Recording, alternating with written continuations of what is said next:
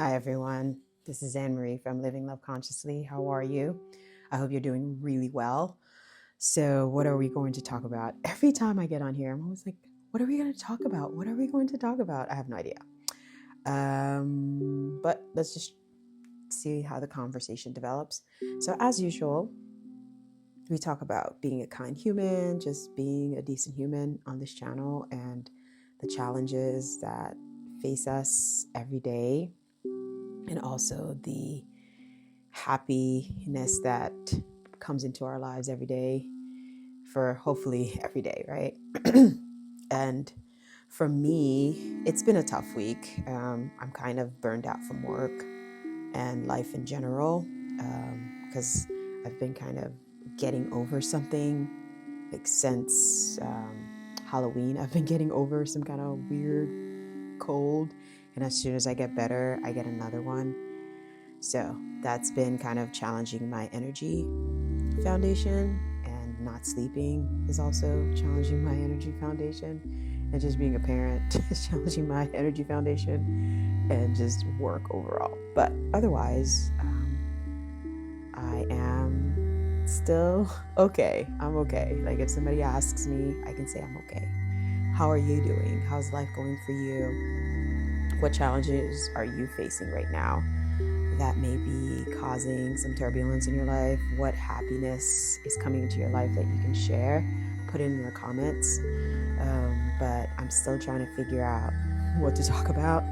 But I mean, let's talk about the good old thing, being kind, being a good human. So I try, but I'm not always successful at it. Like the other day, it was super cold, and this woman was asking for money, and I did not give her money, because I have given her money in the past, and it was just like, I was like, because it was so cold, that's why I felt so bad about it. But I have given in the past, and the question becomes, do you give every time? Do you help every time, even when you don't have it to help, if that makes sense?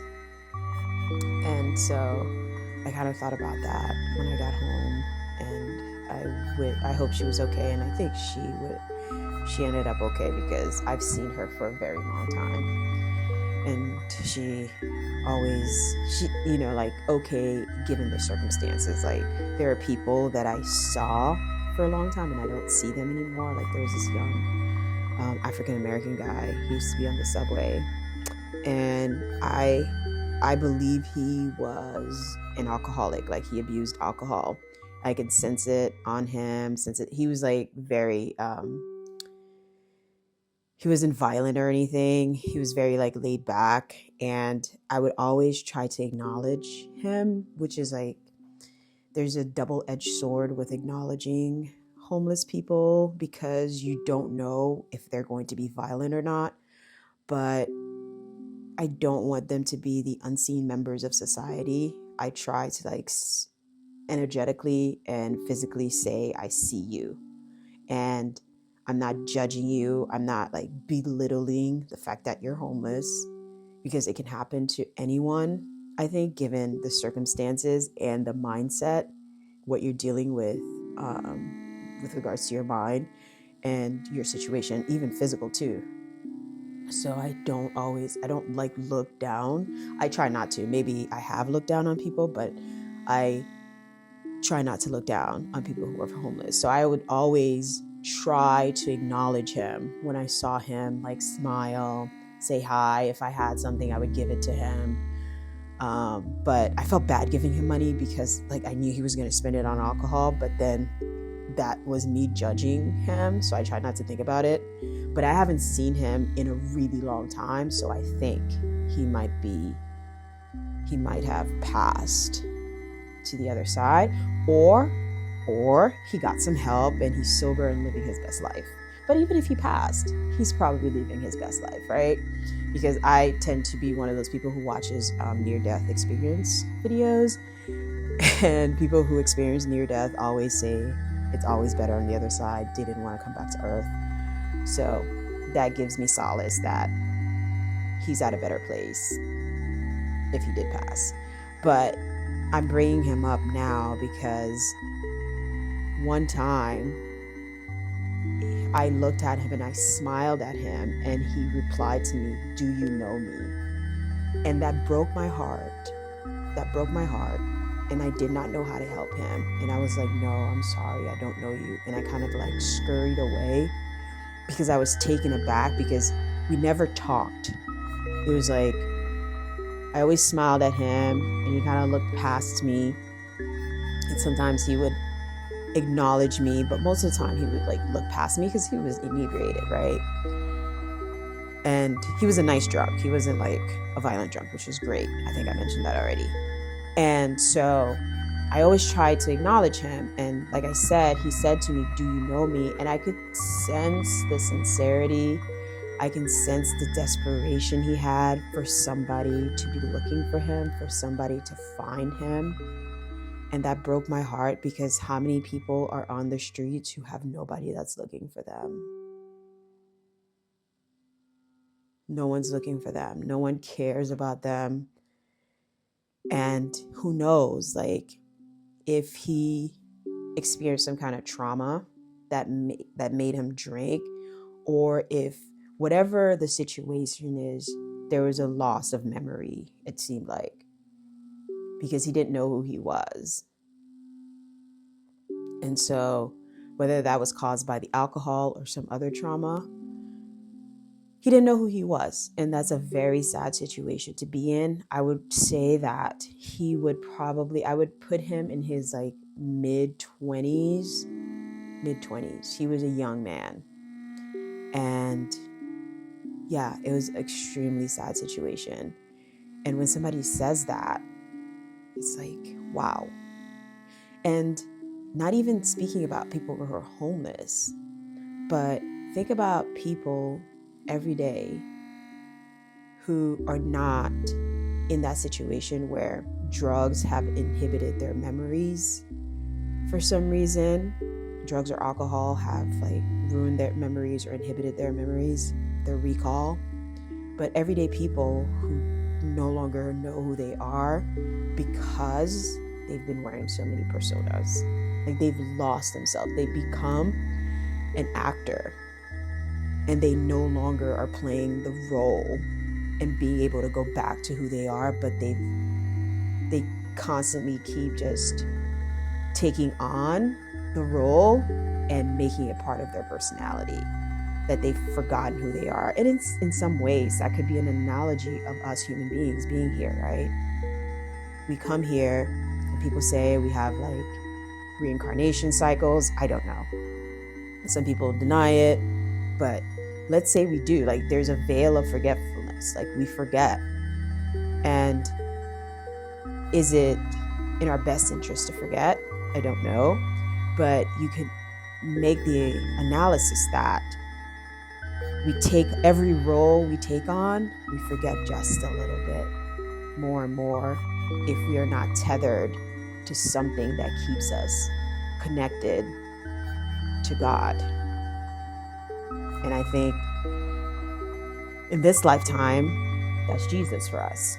Like believing in Jesus, having a relationship with Jesus keeps us tethered to God so we don't forget who we are. And my explanation of who we are, we're supposed to be people that help each other. We're supposed to be kind to each other.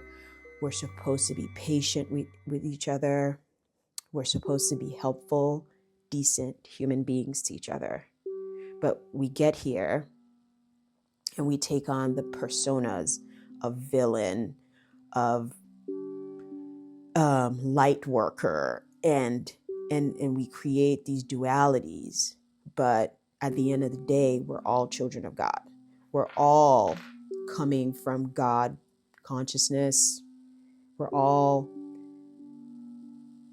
these beings that God has proliferated in the universe, right? And I like to use you as an example. Like you were one single cell organism, right? And that single cell organism proliferated. Your mom and dad came together and created one single cell organism, right? And that proliferated into your bones, your skin, your eyes, your cartilage, your tendons, your muscles, your heart, your liver, your kidney, your stomach, your colon, all this that makes you. And your cells also take on a persona. Like they forgot they were, I forgot what they call them, cells when they are like, there's a word, but I've forgotten. They've forgotten that they were a single-celled organism, and now they've taken on the persona of liver, of heart cell, of bone cell, of marrow cell, of tissue cell.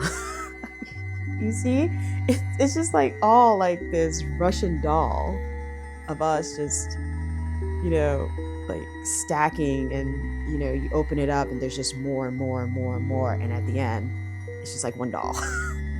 It's funny. So I think it's heartbroken when like alcohol and substance abuse takes your memory away.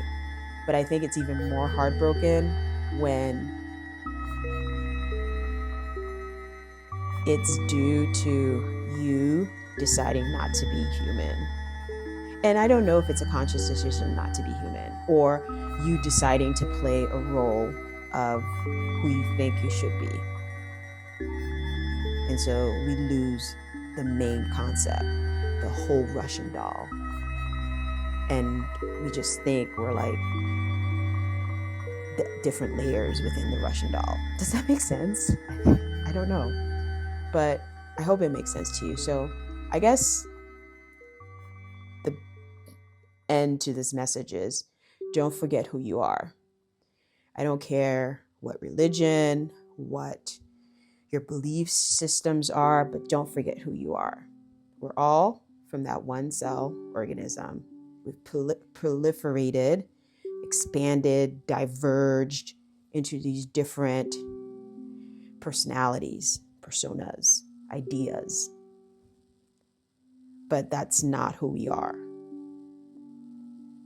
We are this whole being that is experiencing each other. And like our body, when we fight,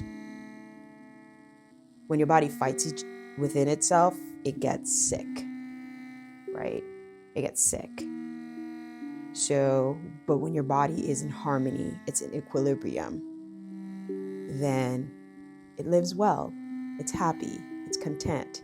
It produces the necessary things that you need to survive, to grow, to thrive.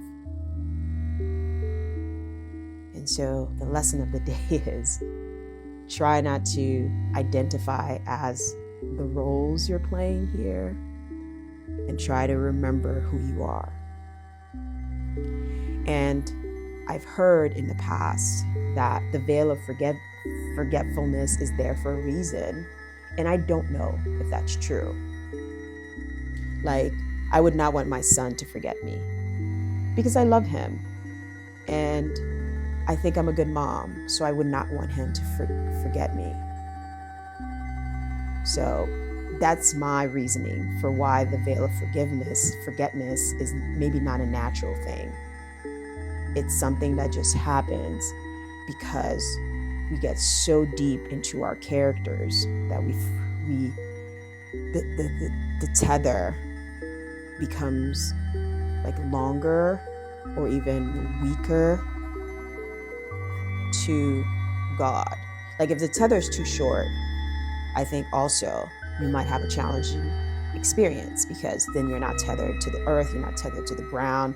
So you're always kind of like in la la land, and that may cause like some type of like schizophrenia, some kind of like mental exhaustion, not knowing your reality or not understanding your reality. So I'm going on another tangent, but so it's important to just have that tether be just right, so you can have this human experience, but also not forget that you are more than this experience. And in that, you treat your brethren with kindness, with love, with support whenever you can. And you will stumble, and there are times where you may not do it, and that's okay. The point is, you always try to remember, and you always just try your best to be a decent human. All right, I won't take any more of your time. Let me know in your comments what you think of this discussion or this moment, and how you work at being a kind human being, patient and loving towards your fellow brothers and sisters. All right, I'll talk to you later. Have a great week. And until next time, bye.